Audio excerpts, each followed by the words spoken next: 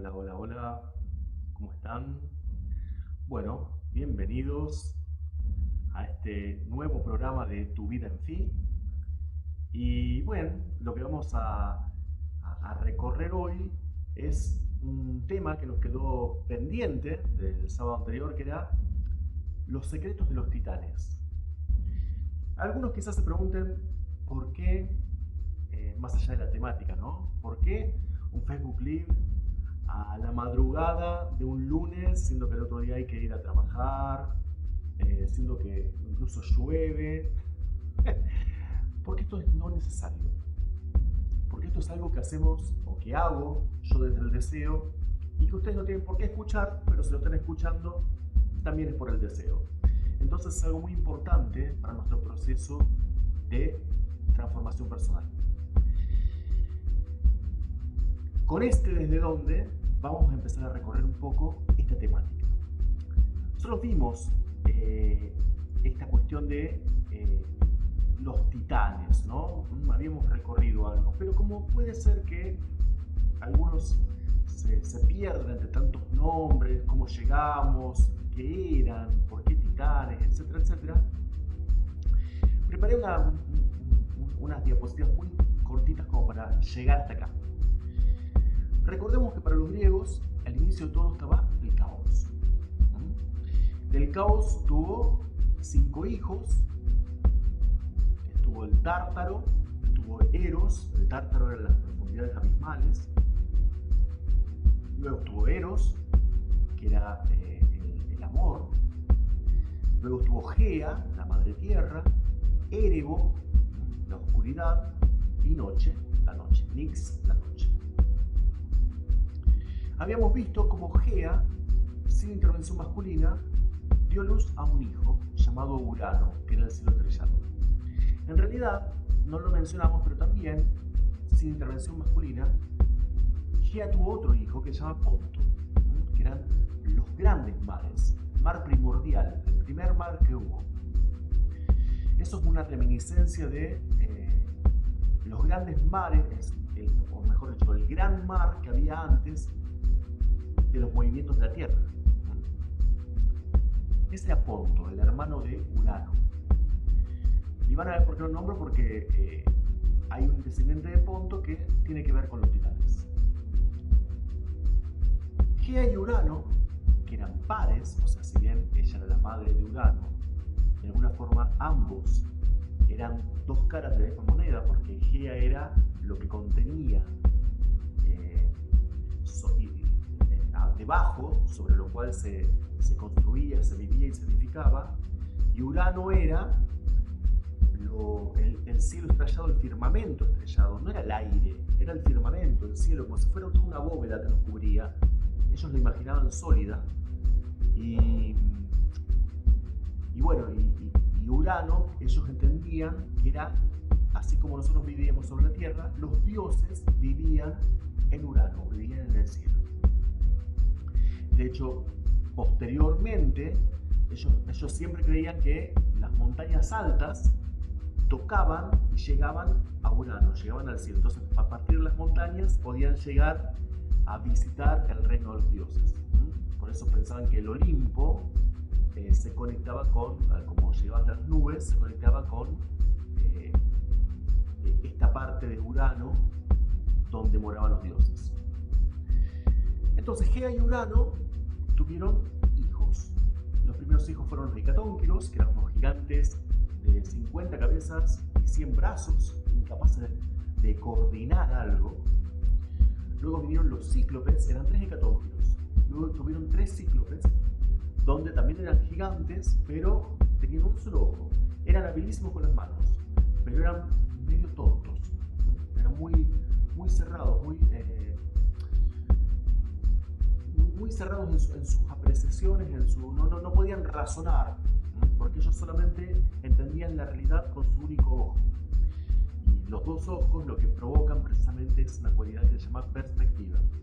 A partir de la perspectiva uno puede evaluar y puede determinar que determinadas cuestiones están más cerca, otras están más lejos, pero no están todas iguales. Entonces no puedo evaluar todo igual.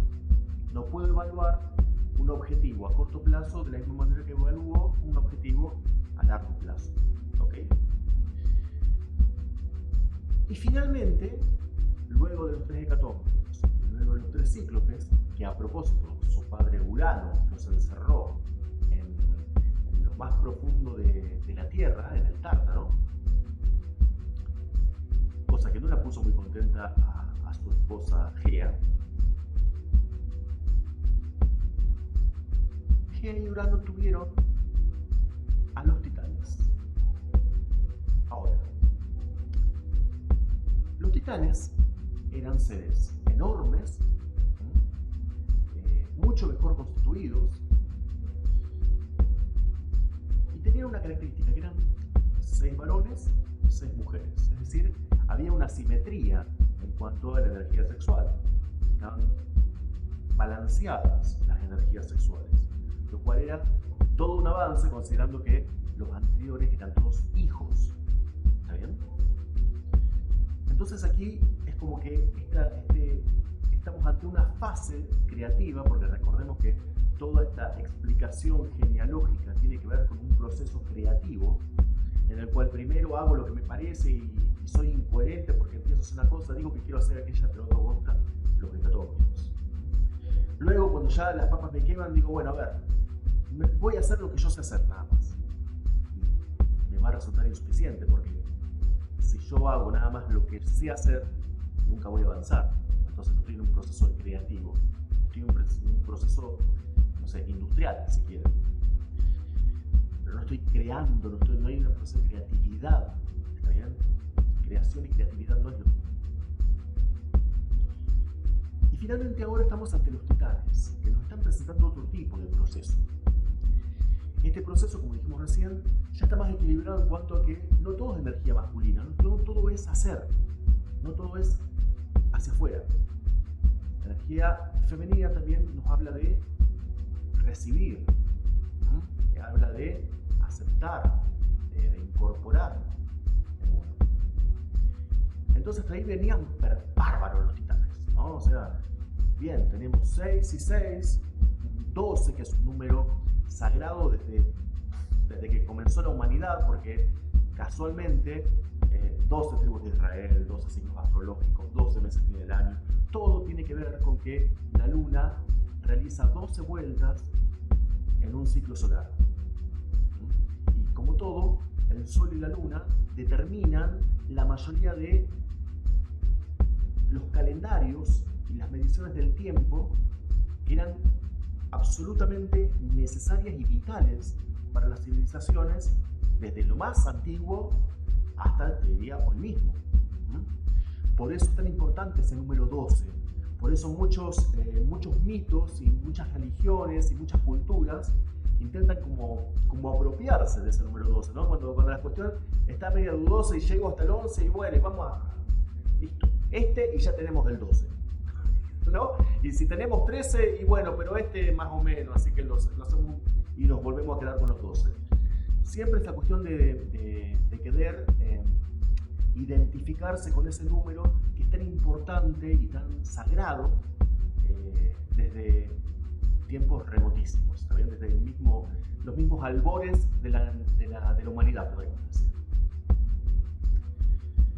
Bien, ahora, más allá de eso, ¿cuál es el secreto? ¿Cuáles son todos esos? ¿Cuáles son estos secretos titánicos que esconden estos hijos de Gea y Urano? Para poder entender estos secretos, vamos a tener que pararnos en algún tipo de perspectiva o punto de vista.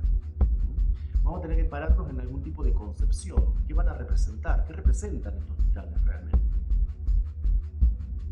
Históricamente, o sea, un historiador nos podría decir que son distintas, asimilaciones de dioses antiguos, ancestrales, muy anteriores a los olímpicos. Entonces, una forma de hacer referencia a esos dioses era a través de que ellos habían sido los padres de los dioses actuales. Es un mitólogo. Un historiador nos diría que representan a pueblos que habían sido conquistados por los pueblos griegos originales. Es otra visión. Les voy a ofrecer otra visión que tiene que ver con este análisis, este enfoque con el que estamos abordando los mitos en Tu Vida en Fi. ¿Qué tal si estos 12 titanes representan, como dije en un post, los 12 pilares de la creación? ¿Qué significa que son 12 pilares de la creación? Significa que tanto o en sus nombres o en sus poderes o atribuciones, estos 12 titanes están representando 12 concepciones que el ser humano debe tener y debe ser consciente de eso, debe incorporar energía femenina, debe incorporar esas cuestiones y ser consciente de ellas antes de lanzarse a generar acciones en lo denso. ¿Les parece ir repasándolos? Hoy, a esta hora no creo que tenga mucha gente conectado, pero bueno, no puedo ver Facebook ahora en este momento. Bueno, los saludaré más sobre el cierre del video. Bien, vamos entonces a recorrer a estos titanes. Como una característica que no es rara en las mitologías, es que estos 12 hermanos, 6 varones y 6 mujeres, muchos de ellos se convirtieron también en pareja, en compañeros. De esta manera tenemos, por ejemplo, una primera pareja para analizar, que es la de Océano y Tetis. Océano viene del griego okeanos, que significa las grandes aguas. O sea, los griegos creían, y creo que esto en algún momento lo habíamos hablado, creían que había una masa de tierra, que creo que se llaman el lecúmene, la masa de tierra donde conocidas y no conocidas, pero alrededor de eso, si bien había mares interiores como el Mediterráneo, que sabían que era un mar interior, ellos creían que más allá de toda la tierra existía un anillo infinito de agua que lo rodeaba. Y ese anillo infinito en cuanto a que no tenía comienzo ni fin, porque era un círculo, una circunferencia, ese anillo infinito rodeaba toda la tierra conocida e incluso ciertas partes que estaban desconocidas. Y eso era el océano para ellos. Entonces, Océano, este titán, representa a una especie de río circular que rodea toda la extensión y toda la masa de tierra conocida. Tetis también era una titánide,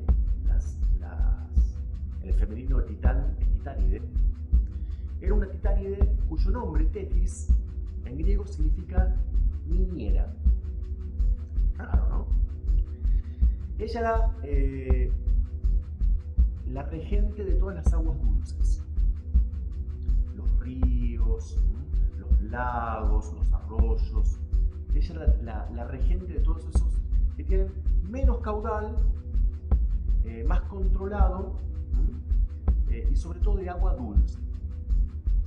Ahora bien, ¿qué nos quieren decir Océano y Tetis?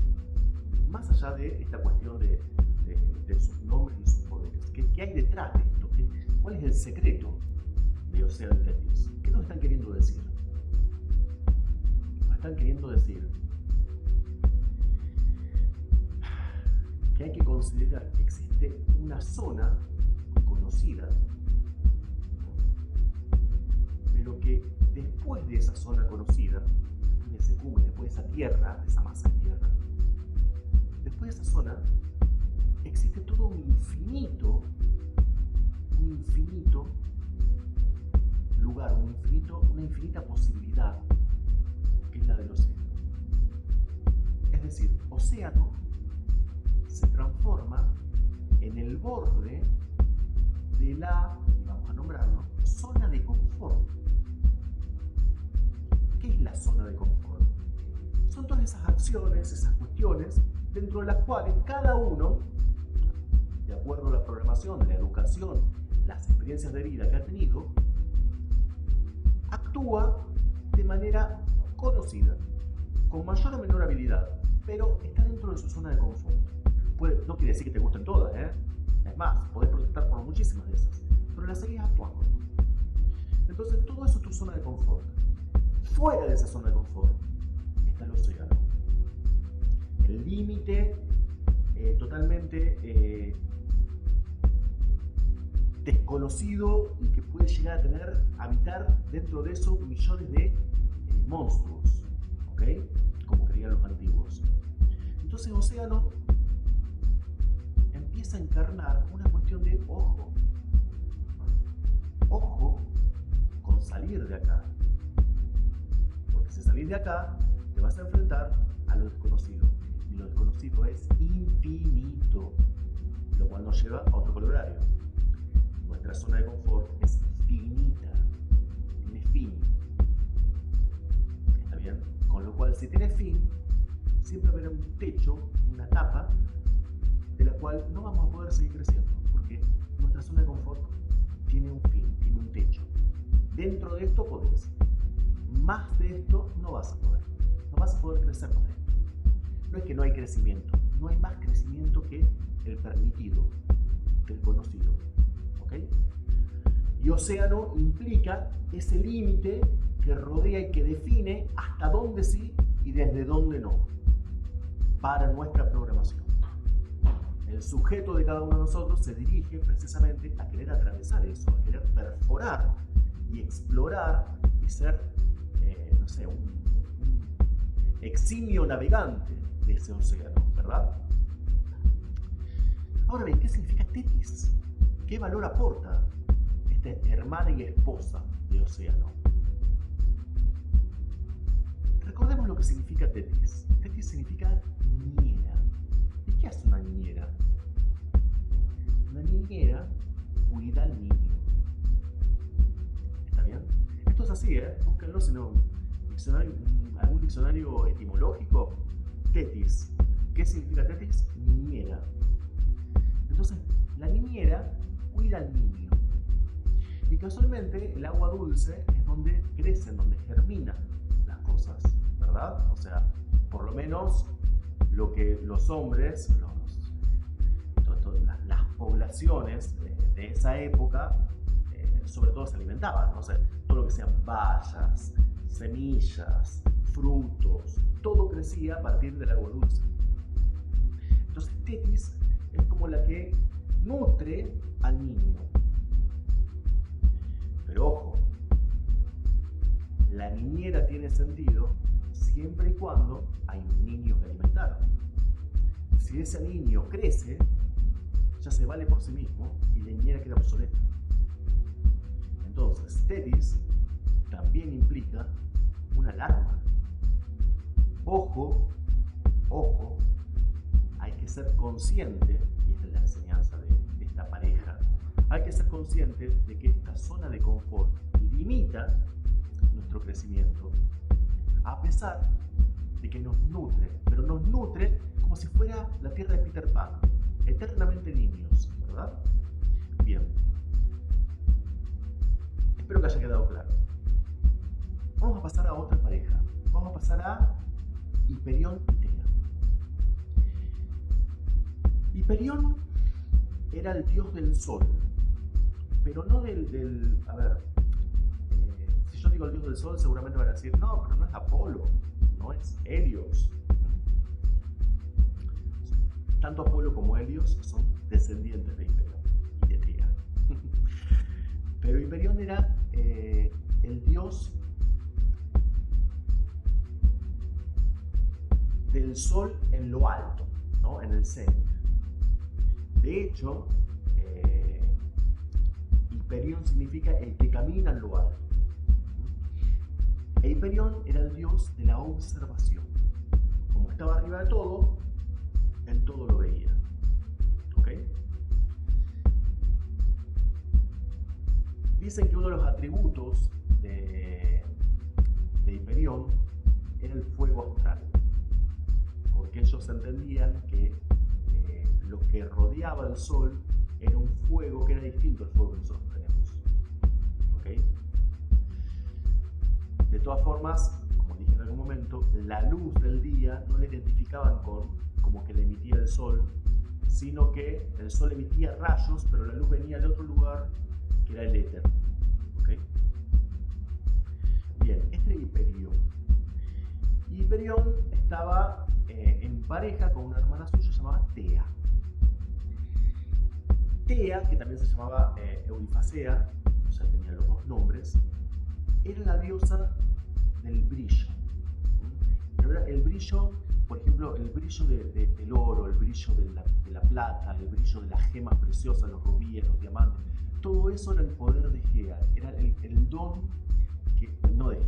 de Tea, que era el don que Tea le concedía a esos elementos.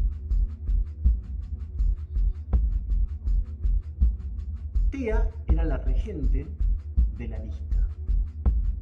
Podría llamarnos un poco la atención, por un lado, la similitud, ¿no?, de que Hiperión sea el dios de la observación y Tea de la vista. Pero hay otra similitud más que hace falta explicarla para que se comprenda. Los griegos entendían que la vista, el don de la vista, era el producto de algo así como si salieran rayos de nuestros ojos. Y cuando se topaban con cosas, las veíamos. ¿Se entiende? O sea que lo que nosotros veíamos era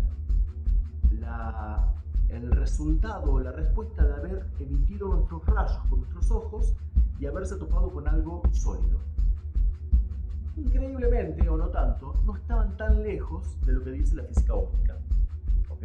Es muy, pero muy similar, y casi te diría que si nos aislamos un poquito y lo abstraemos, prácticamente así actúa y funcionan nuestros ojos. ¿Okay? Pero queda más claro ahora porque, siendo que Hiperión estaba relacionado con el Sol y Tea relacionado con el brillo, y además de los dos tienen hijos como Helios, el dios del Sol, el verdadero, el regente, el dios de todo el Sol, del carruaje solar, que es Helios. Eos es la aurora, el amanecer, la luz del amanecer. Fíjense la noción, ¿no? Y Selene es la luna. De hecho, hay una vía que dice que Tea y Selene están unidas de la misma forma que como Tea tenía que ver con las piedras preciosas, con los metales, etc. Es como una reminiscencia del impacto que tuvo un asteroide sobre nuestro planeta y a partir del cual se formó la Luna.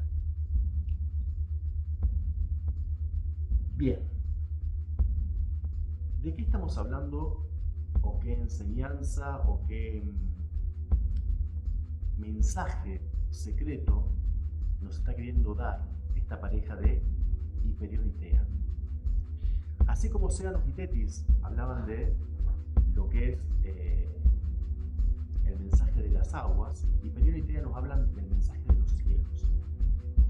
Y en el mensaje de los cielos lo que tenemos que pensar es que siempre los cielos fueron los que midieron ciclos naturales. ¿Okay? El día, la noche, los ciclos lunares, los eclipses. Entonces, toda la cuestión cíclica, ¿está bien? Tea e Hiperión nos hablan del poder de los ciclos, de cómo una cuestión, ¿está bien?, tiene un ciclo, y un ciclo significa que en algún momento de tu recorrido vas a volver a un punto muy similar a aquel del cual partiste. Justamente eso lo vas a entender y lo vas a poder recibir, lo vas a poder detectar una vez que observes y veas de manera luminosa la realidad que te rodea. Por ejemplo, tu historia. Entonces, ese es el secreto de Tea y de Hiperión. ¿Se dan cuenta con solamente 4 titanes cuánto hay detrás de cada uno de estos? Pues podríamos haber dicho, bueno, los titanes eran estos y los importantes acá son Crono y Rea porque de ahí vienen los olímpicos. Y nos perdíamos, que es lo que normalmente pasa, nos perdíamos todo este jugo, toda esta ambrosía. ¿Ok? Vamos a ir a una nueva pareja. Vamos a analizar ahora a Seo y a Febe. Seo era el dios de la inteligencia. De hecho, Koios creo que significa. Seo viene de Koios, una palabra que significa inteligencia. Mientras que Febe era el brillo de la inteligencia, el brillo del intelecto. ¿Okay? Eso es lo que significa ella misma, su propio nombre. Ya estamos viendo que esta pareja está enlazada, así como Hiperión y Tea estaban enlazados por lo que era la observación, la vista. Ellos están enlazados por una cuestión más intelectual, bien mental, ¿verdad?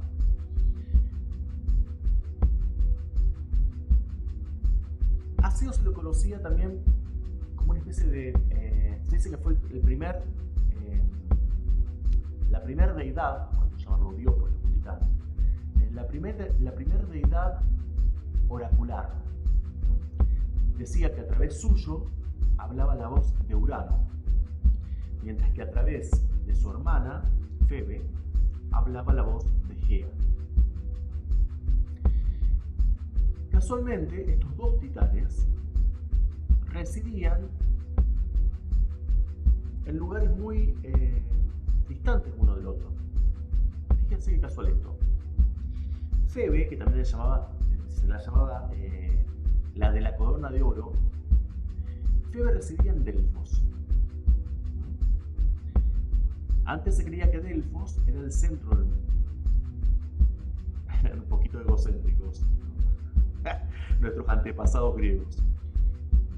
Mientras que Seo moraba, mejor dicho, fue expulsado luego de algo que vamos a recorrer en un próximo video, que se llama la titanomaquia, la guerra de los titanes contra los dioses, o mejor dicho, de los dioses contra los titanes. Seo fue expulsado al reino de los hiperbóreos, la Hiperbórea. Hiperbórea era el fin del mundo prácticamente al norte. Entonces teníamos a Febe en el centro y a Seo en el borde.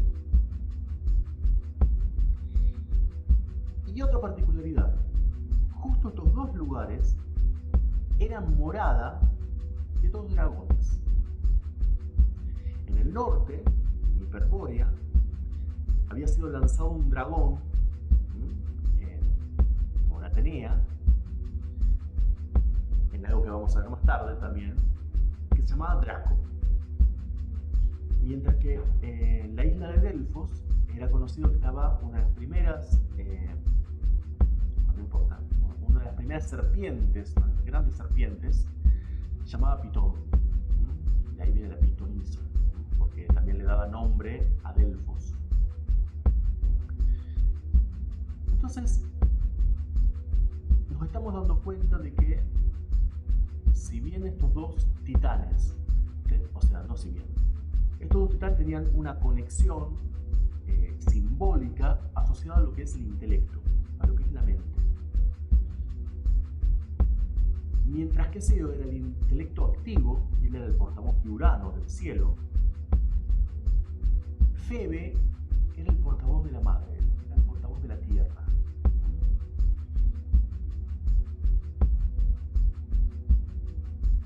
Febe era el brillo del intelecto, mientras que Seo era el intelecto crudo. Era el intelecto bien cajita cuadrada, así, pum. Eso era Seo. Entonces fíjense cuál es el mensaje o el secreto que encierra esta pareja de titanes. El intelecto, cuando se usa para cuestiones que tienen que ver con acercarse al centro de nuestra zona de confort, Delfos, y no confundir Delfos aquí como el sitio oracular, sino como el lugar donde reside Febe, ¿está bien? Todavía no era el oráculo de Apolo. Luego Apolo se apropia de eso, y eso tiene toda una significación que resignifica a Delfos, ¿ok? Estamos hablando de antes. Entonces, si Febe es el brillo del intelecto, entonces el intelecto brilla hacia el centro, atrae hacia el centro. El centro de nuestra zona de confort es como una luz que hace que nuestro intelecto actúe como una polilla y se dirija hacia allí. Entonces todos nuestros razonamientos, todas nuestras razones, todas nuestras explicaciones, todas nuestras lógicas van a estar direccionadas a justificar y a acreditar a ese centro. ¿Por qué? Porque del otro lado, cuando nos estamos acercando al borde, el que aparece es SEO. Y en SEO no tenemos brillo.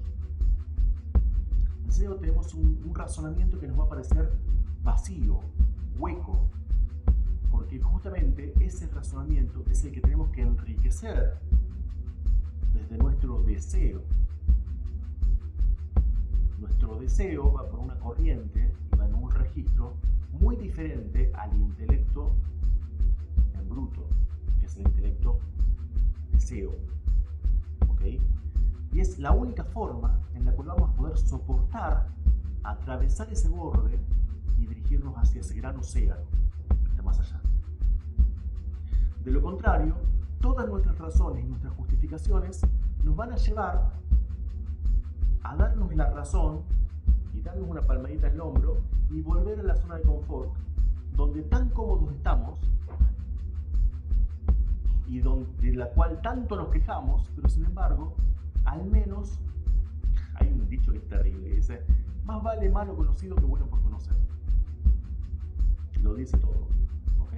Ese es, digamos que es la máxima de esta pareja de titanes.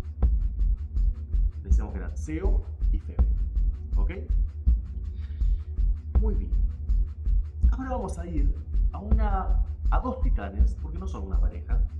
Son dos titanes que no se relacionaron, no hicieron como los demás hermanos que entre ellos, digamos, se emparejaron. Estamos hablando de un titán y una titánide. El titán es Crio y la titánide es Mnemósine.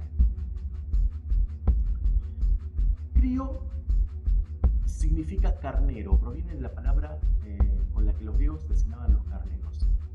Y era el dios, o era el titán, mejor dicho, regente de todo lo que sean rebaños, manadas, grupos numerosos de animales de pastoreo, podríamos decir. Y Mnemósine, en cambio, era la diosa, su propio nombre significa eso, de la memoria. Y en algún momento se va a convertir en la madre de las 9 musas. Pero para eso tiene que conocer a un dios que todavía no apareció en nuestra historia, que es Zeus. Entonces, por un lado tenemos a Crio con los rebaños y las manadas. Y por otro lado tenemos a Mnemósine, la memoria. Está difícil, ¿no es cierto? O sea, ¿qué nos pueden querer decir estos dos titanes? Bueno, precisamente como no se emparejaron, no hay que buscar una asociación entre ambos. No hay un mensaje en la unión, ¿ok? Sino que son dos cuestiones separadas, pero que hay que considerar, que hay que entender, hay que poder aprender a ver. Por un lado, Crio nos habla de las manadas. ¿Qué significan las manadas? ¿Cuándo aparecen los rebaños como tales? Y si hablamos de rebaños, estamos hablando de pastoreo. Si hablamos de pastoreo, estamos hablando de alguien que cría, cuida animales para luego, por ejemplo, alimentarse, abrigarse, etcétera, etcétera. Ahora, si ustedes se ponen a pensar, una sola persona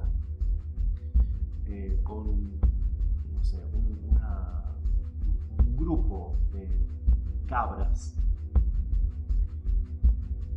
era mucho trabajo para que luego mataba una cabra, desperdiciaba la mayoría, porque no podía comerse a toda la cabra y se empezaba a descomponer enseguida. Ahora, qué distinto sería, por ejemplo, si este mismo individuo cuidaba un grupo de cabras, luego iba seleccionando una y la entregaba a una comunidad, la compartía en una comunidad a cambio de otra cosa que otros miembros de la comunidad harían, y a cambio de eso todos utilizaban el 100% de lo que esa cabra, de lo que ese animal podía ofrecer, en carne, en abrigo, en cueros, en cuernos, en adornos, en todo. Entonces vemos ahí que la idea de pastoreo surge como una necesidad de la sociedad, o por lo menos de una sociedad nómada. Recuerden que estamos hablando de inicios de la humanidad. Aquí todavía no había agricultores, no estaba esto de sembrar. Sí, seguramente había recolectores, los que se iban moviendo, los pueblos o las tribus, mejor dicho, se iban moviendo por el terreno con sus rebaños y iban recolectando lo que la naturaleza les ofrecía en cada uno de los lugares. Pero eso no es sembrar, eso no es agricultura. Entonces, estos pastores, estos cuidadores de ganado, de algún tipo de ganado, aparecen como una necesidad de la sociedad, y asimismo la sociedad aparece como una necesidad de ese pastoreo, por lo menos de optimizar tanto cuidado, tanto esmero y el sacrificio de uno de esos animales. Entonces, esta simbiosis nos habla que en el secreto de Crío, que es uno de los titanes menos mencionados de toda la mitología, en este titán tan ignoto, tan desconocido, tan dejado de lado, está el secreto de la sociedad, de la interacción, de lo importante que es considerar al otro y que el otro te considere. ¿Está bien?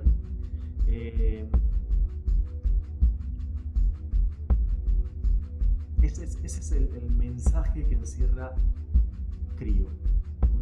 Entender de que uno es uno, pero hay situaciones, hay cuestiones en las cuales está bueno considerar al prójimo. No se trata de salvarlo, no se trata de cortarle la cabeza con un hacha, y no se trata de, no sé, ponerme en víctima esperando que me salve. Se trata de considerar. Y por el otro lado, su hermana, no pareja, Mnemosyne, nos habla de lo importante que es recordar. Nosotros tenemos en este siglo de noticias vertiginosas y de enterarnos en cuestión de segundos de una cuestión que ocurre en Ucrania, en Corea, en Estados Unidos, en Bulgaria o en Bolivia. Tenemos que ser tan importante, está tan anestesiada nuestra memoria, que vamos descartando recuerdos, porque es tanta la cantidad que no nos podemos parar a hacer un análisis cualitativo de qué recuerdos conviene mantener y qué recuerdos no. A esto hay que sumarlo que en nuestra sociedad ahora hay una cuestión de decir, bueno, los malos recuerdos, borrarlos. No, no. Los malos recuerdos, y le pongo la palabra, el calificativo que se le suele dar, pero los recuerdos que no son agradables, vamos a llamarlos así, son importantísimos. No para regodearnos en eso, sino porque estuvieron ahí y los vivimos, y es importante recordar que los vivimos y pasamos por ahí y los atravesamos, porque eran un hito, eran una valla a la cual teníamos que sobrellevar. A algunas las hemos logrado pasar por arriba, otras las hemos empujado así con el hombro y las hemos, no sé, roto, no de la manera esperada, pero las hemos sobrellevado. Y otras aún las tenemos enganchadas en el hombro. No tiene nada que ver el resultado final con la experiencia que implica haber pasado por eso.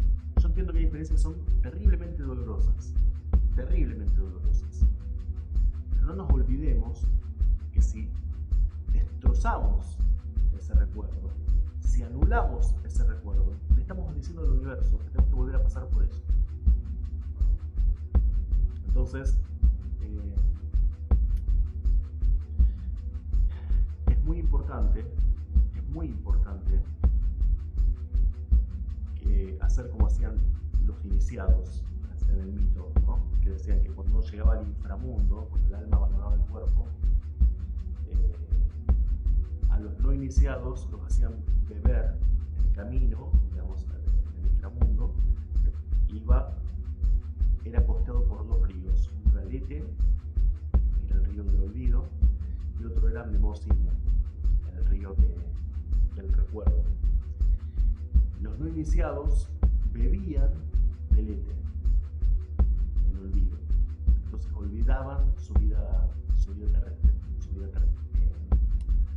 terrenal, mientras que los iniciados bebían del río de Mnemosyne, recordaban, ellos elegían recordar, porque si no recordás, no sirvió absolutamente de nada, ni siquiera del dolor. Entonces estos son los dos grandes mensajes de estos hermanos Crío y Mnemosyne. Vamos a ver ahora una ya de las últimas parejas de titanes, que son Jápeto y Temis. Jápeto es un titán no tan conocido por él mismo, por lo que él hizo, sino más bien por su descendencia. Jápeto era el padre de otros titanes que vamos a ver próximamente.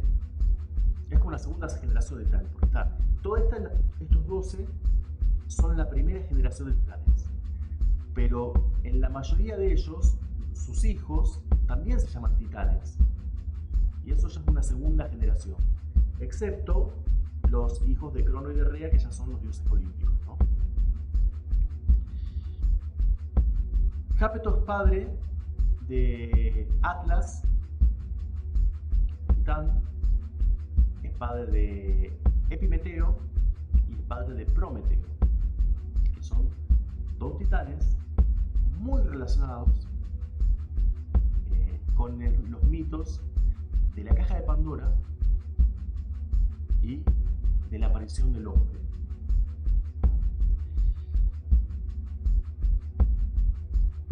La atribución, o sea, el poder, si lo quieren decir de alguna manera, de Jápeto era el ciclo de la vida mortal.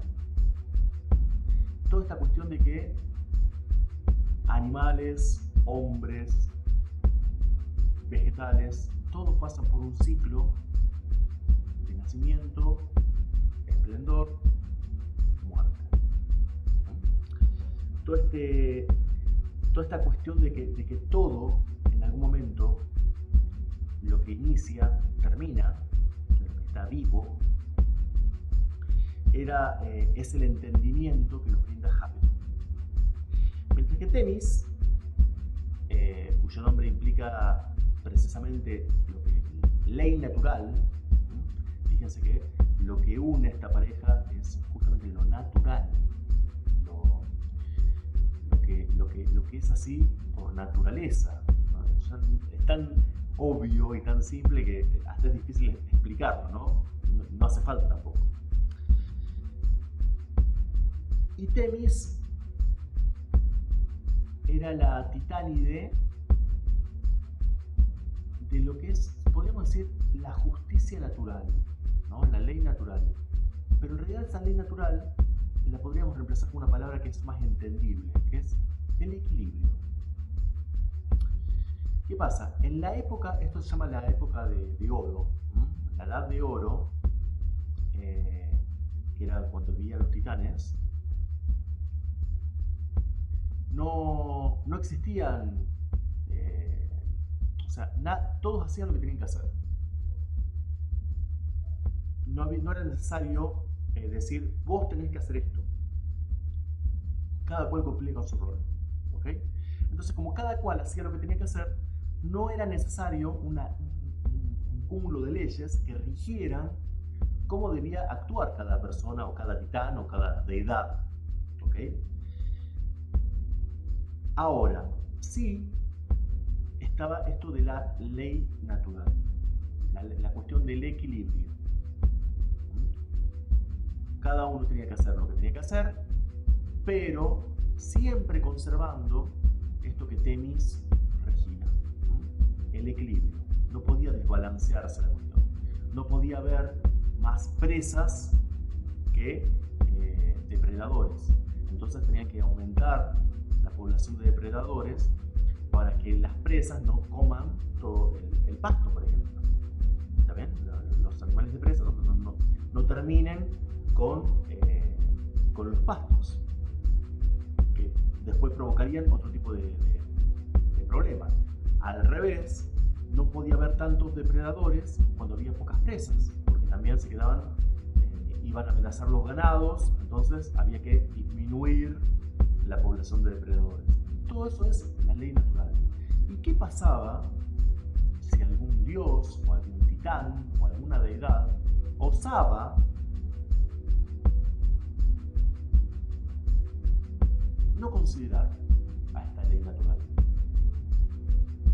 Ocurría algo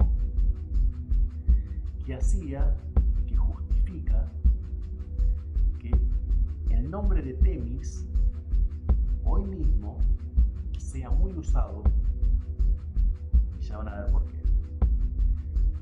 Cuando la ley de Temis era violada, o sea, era no cumplida, la que venía e impartía y se aseguraba de restablecer el orden no era Temis. A Temis siempre le decía la de las mejillas son rosadas. Ella era siempre en paz. Ella es la verdadera diosa de la justicia que está con la venda y la balanza. Esa es Temis.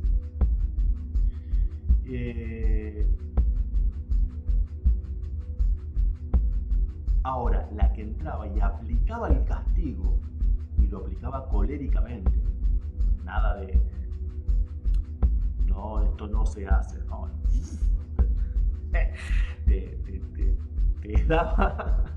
Te daba el castigo que tenía que darte sin el más mínimo remordimiento. Esa era precisamente Némesis. Némesis era una diosa que tenía otros orígenes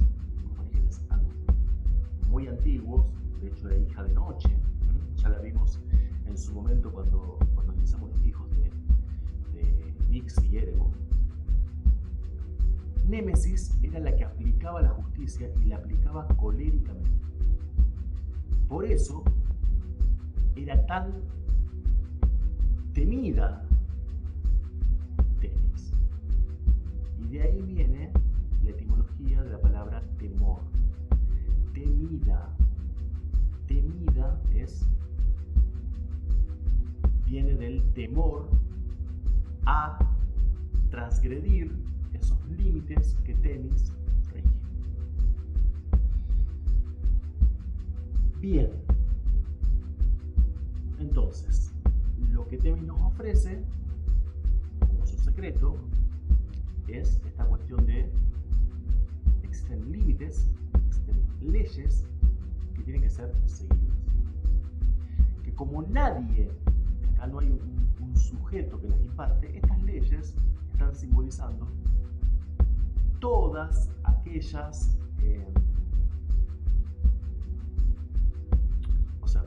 podría estar simbolizando, si estuviéramos en otro estadio, las leyes desde el sujeto, ¿no? Lo que uno dice, no, a partir de ahora mi vida va a regirse por esto.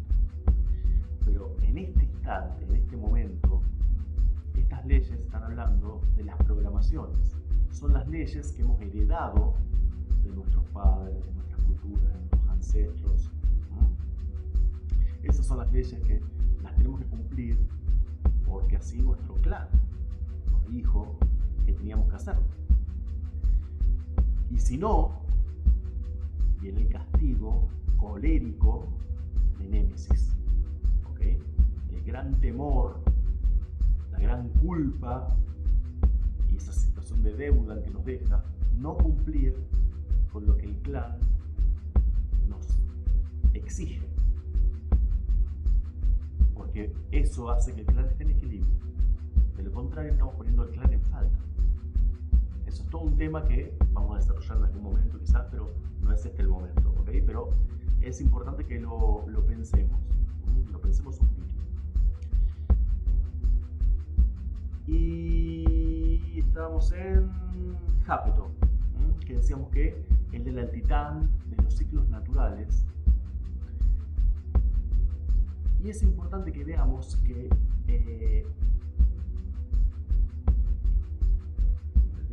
en esta vida, en este ciclo que son la vida mortal, las vidas mortales,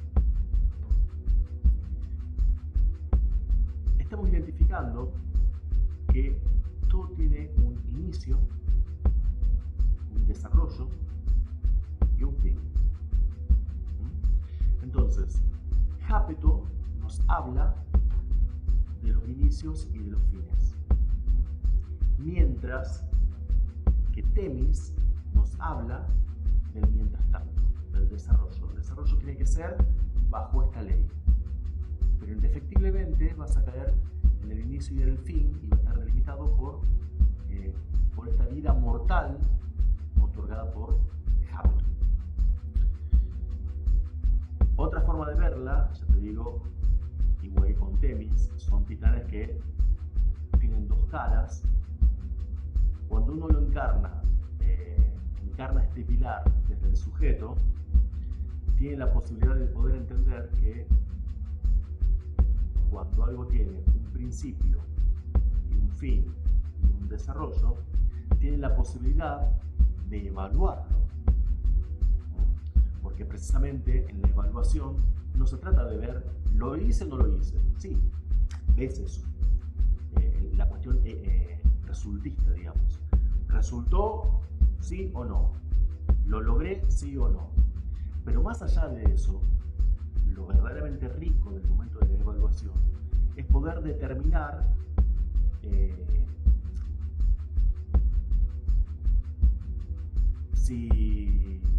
qué pasó en el mientras tanto.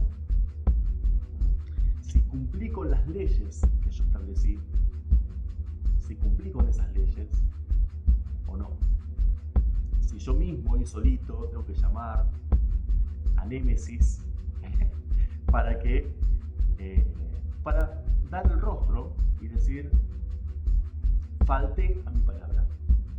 Esta ley dije que la iba a cumplir y decidí obviarla. O me permití no cumplirla. ¿Okay? Sin culpa afuera, sin justificarme que lo que pasó esto, pasó lo otro. No. Nada de todo eso. ¿Lo cumplí? No lo cumplí. Es el mientras tanto lo que enriquece y me asegura un crecimiento en mi vida interior, más allá a veces de que haya logrado o no un resultado. Porque muchas veces cuando hablamos de hermetismo y transformación personal, todo queda sujeto y reducido a haber logrado o no logrado un resultado inicial. Lo cual es genial y es excelente, es motivo de una enorme alegría cada uno de esos logros. Pero también es motivo, y debería ser motivo de alegría, el no haber llegado, pero haber tenido un aprendizaje a partir de ese error. Y eso es lo que muchas veces se deja de lado, porque a pesar de decir que estamos en un proceso de transformación personal, seguimos vivenciando esta cuestión de la vergüenza de no haber satisfecho las expectativas. Y me sigo midiendo por el otro, entonces, no sé. Bueno, me fui por las ramas, volvamos a Jápeto y volvamos a Temis. Que bueno, ya hemos dicho todo lo que tenemos que decir sobre ellos y vamos a pasar a la pareja real, Crono y Rea. Crono era un dios de la agricultura. Una de las acepciones de su nombre es segador. Segador no el que te deja ciego, sino el segador con ese, que es el que ciega la siembra, ¿no? Por eso tenía esa guadaña, que es la que se pasa sobre las espigas para quedarse con la parte de la semilla, la parte alta.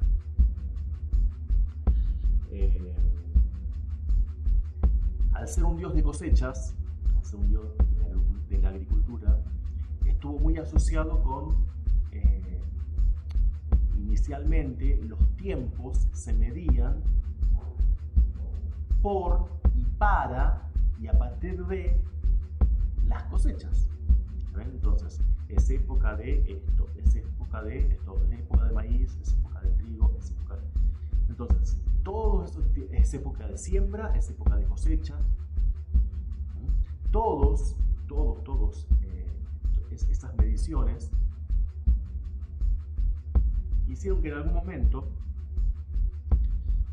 dos dioses distintos sean fusionados. Se llama sincretismo. Uno es Crono, el titán, este que está aquí, el que está al final de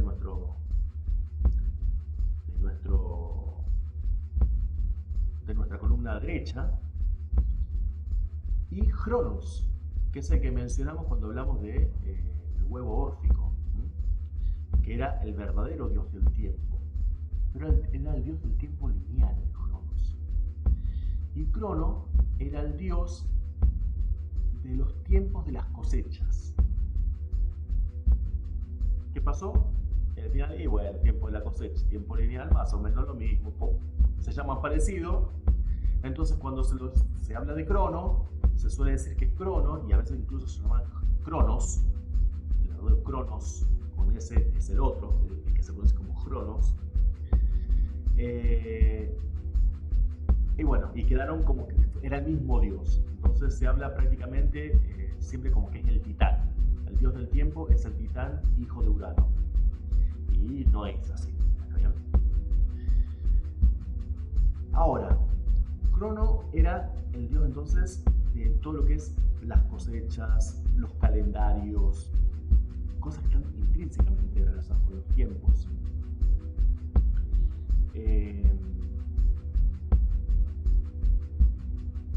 Podríamos decir el tiempo humano, los tiempos de la sociedad, el tiempo social, ¿está bien? Pues las sociedades están marcadas de acuerdo a las cosechas, las siembras. Mientras que Rea simbolizaba, o sea, su nombre, Rea, no me acuerdo, no tengo otro por aquí, cómo se era etimológicamente, pero era una palabra que se utilizaba tanto para describir al flujo menstrual como para indicar cuando un parto era fácil, el líquido amniótico sería, ¿no? Que hacía que el bebé salga cuando había mucho, hacía que los bebés nazcan fácilmente. Rea, por lo tanto, lo que simboliza es la Gran Madre. De hecho, Roma fue asociada con el título de a otra diosa, porque no son los mismos los dioses romanos, los dioses griegos. No es que Zeus, para los romanos se dice Júpiter. No, Júpiter es un dios que es una sincronía, un sincretismo con Zeus. Pero son dioses distintos, tienen sus diferencias, pero son casi iguales. Y de hecho los mitos terminan ajustándose para que sean muy, pero muy, muy, muy parecidos. Entonces Rea fue asociada con una diosa muy, muy, muy antigua romana llamada Mater Magna, que ahora, no sé por qué, en algún momento se invirtió y ahora es conocida como Magna Mater. La Gran Madre, pero la Gran Madre. Fíjense que los griegos no pensaban en Gea, en la Madre Tierra, como pensaban, por ejemplo, los incas, ¿no? O de la Pachamama, o incluso esas culturas donde se ve a la Madre Tierra, ¿no? con esas caderas anchas y esos senos enormes, símbolo de nutrición y de fertilidad. Es como que Gea, una vez que termina su proceso creativo, queda como apartada y habla, su voz se comunica a través de oráculos, etc. Pero queda como durmiente. Lo mismo pasa con Urano. Luego de que Crono lo castre, él queda retirado y hasta en algún momento como débil. Por eso después aparece Atlas. Estoy hablando de cosas que todavía no hemos comentado, pero tengamos esta imagen de Rea y de Urano como, si bien eran padres muy distantes para los griegos. En cambio, Rea era una magna mater, era una verdadera madre, era la gran madre. Y esto tiene mucho que ver con este engaño que ella le hace, como hablamos en el interludio anterior, de cómo salva ella a sus hijos de su esposo, de Crono. Recordemos que Crono había sido, vamos a empezar desde antes, Urano, que era el esposo de Gea, tenía la costumbre, porque no quería, se había vuelto totalmente tiránico y no quería compartir la creación con los demás. Entonces, a los hecatónquiros y a los cíclopes los arrojó al Tártaro, y luego cada vez que iban naciendo los titanes los iban encerrando dentro del seno de Gea, y no dejaba que salgan de ahí. Entonces Gea convence a uno de ellos, a Urano, a quien le da la hoz, para que se acerque por atrás y lo casque a Urano. Eso hace que Urano se vaya, se aleje.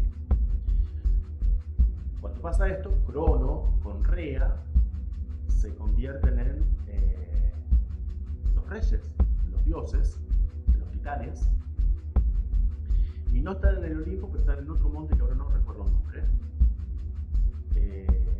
desde donde por un tiempo tuvieron paz. Pero resulta que habla un oráculo a través de seguramente uno de estos dos titanes que vimos, sea Zeo o sea Febe, que le dice con la voz de Urano a Crono que a él le iba a pasar exactamente lo mismo que él le hizo a su padre. Es decir, iba a tener un hijo que lo iba a destronar.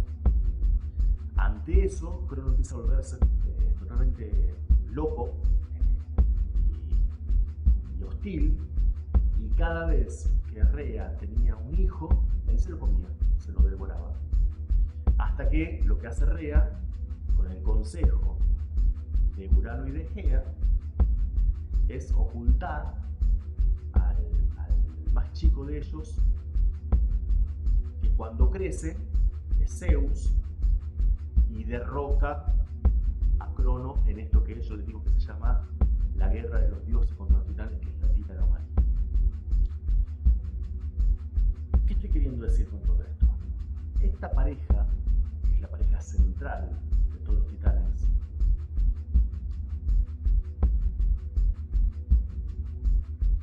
el hilo conductor que los une son los roles paterno y materno, el padre y la madre. La madre es la que protege, la que cuida, perdón, no protección como paterna, ¿no? Es la que no es la palabra en este momento.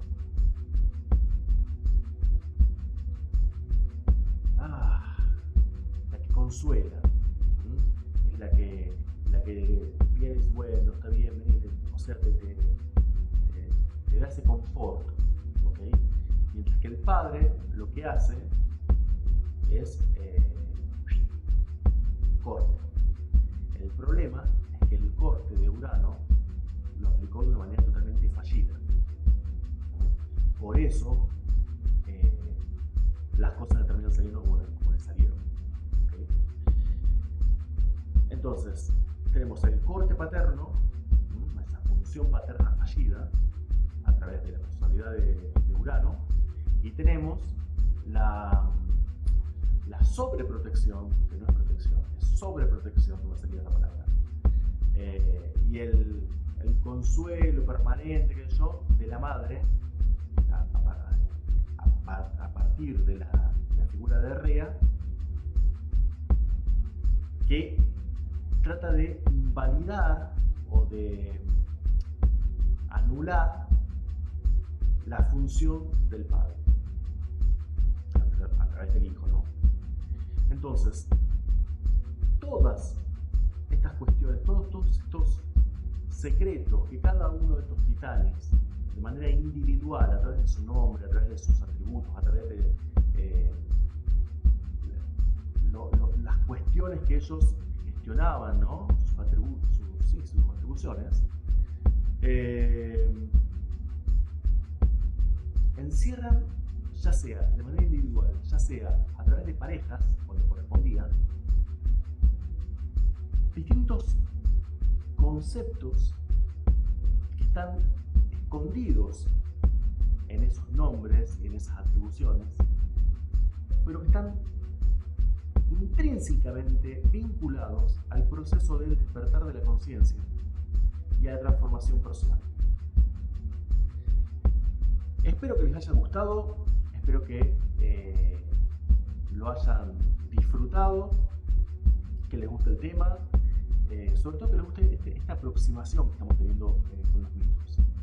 Me gustaría, si lo escucharon, si les gustó, que le pongan un me gusta no solamente al video, sino también a la página de Tu Vida en Fi, y que bueno, que me comenten, que pónganme un comentario de que me pareció esto, me pareció con lo otro, estoy de acuerdo con esto, no estoy de acuerdo con lo otro, no se te entendió, Leo, nada, salvo esto, o quizás salvo nada, no se entendió nada del comienzo al fin.